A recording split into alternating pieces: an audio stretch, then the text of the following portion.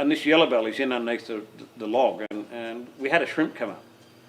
And he wasn't even interested. Now, if I was a fish and it was jumping up in front of me a foot away, I'd be having a go at it. Gav sort of panned around to the left. Now, I get the feeling this fella's come out and he's pretty aggressive, and he's had a go at this fish and hunted him because he was hanging around the site. With the river system and finding the little cod down there and the nesting site, I was lucky enough to see Gav and Steve going down the river with the camera lens, and all of a sudden the little fish came out from his hidey hole, his nesting site, and hit the camera lens, and Steve had never had this happen to him before.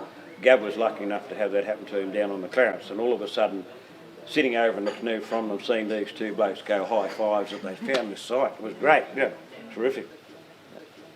So we were watching what was happening down there, and we saw the male and the female go in, saw the shimming and the shaking, and we went home and had a cold shower and came back 3 days later and filmed the egg site, and here's Carl looking after it. And it's his job for the next 25 to 28 days to look after that site. And during that period, he's got to be pretty well fit because he doesn't leave that site. He doesn't feed during that period. What he's doing is maintaining it, running over the eggs, making sure that those that hadn't fertilised are taken away from the site because they do form a fungi, and that affects the other fish eggs that are fertilised. So that's his job in maintaining it. And he uses his fins to actually very super sensitive. He must be 118% switched on because you can just see the fins just touching the egg yolks and the eggs and cleaning anything that's away from it.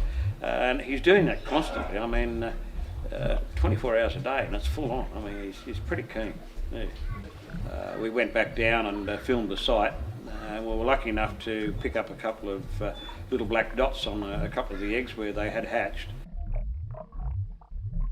And you could still see these little fish madly ducking around all over the place. And I mean, there's a 2mm cod, and you've got these things that are 25mm and 30mm long, attacking this egg site, and you're thinking, oh no, here we go. This is where the loss is, and you can actually see where some of it's been cleaned up. But yeah, it's been good doing it. There's a whole lot more that needs to be done. A heck of a lot of scientific work to be done yet, but it's a start.